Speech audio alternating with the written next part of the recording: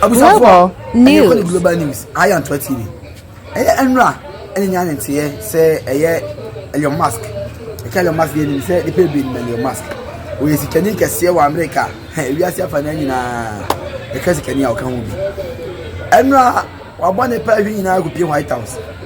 Now demonstration may be because of America say Mamona Donald Trump people one ElionMusk no boom na ElionMusk and so Egypt say I was watching on free Trump amumu enti e come here say ElionMusk e ko White House e dia mane boko to president of America Donald Trump and him say ono de watching on after Trump administration na efe he me si broni on se broni wate asem bi fa no ho no wi asem no say be previous Asante a na watai che Donald Trump so dey safo bi man sa safo no o say then bia o pese oba White House bia o hu kwan na me busa mo say Africans and I say Ghana for obi wo yewura president Omama mamu a also twe ne ho ana me busa because ni people wo a kai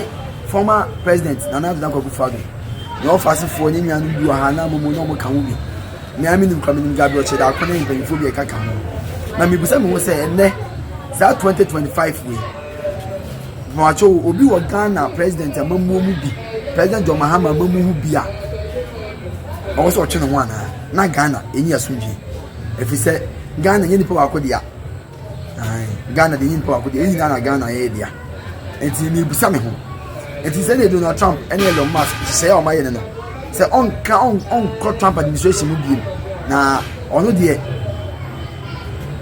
but no ho agina ba bi na Trump nso amane safoa o ye safoa no de ama few people o ma say be o mu hia no o de bia mani pa bi de ba nipa o na hu hia wo mo so anytime bia mu akonya so mo ba ne che bia abusa ko me video ne da must be me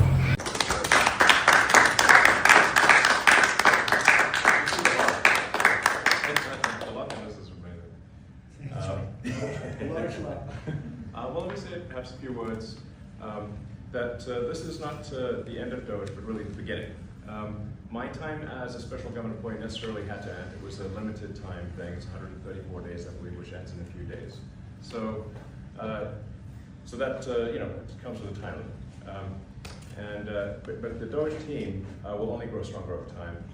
The Doge influence will only grow stronger. It's I liken it to sort of Buddhism. It's like a way of life. So it is permeating throughout the government, and I'm confident that over time we'll see $1 trillion of savings and a reduction in $1 trillion of waste.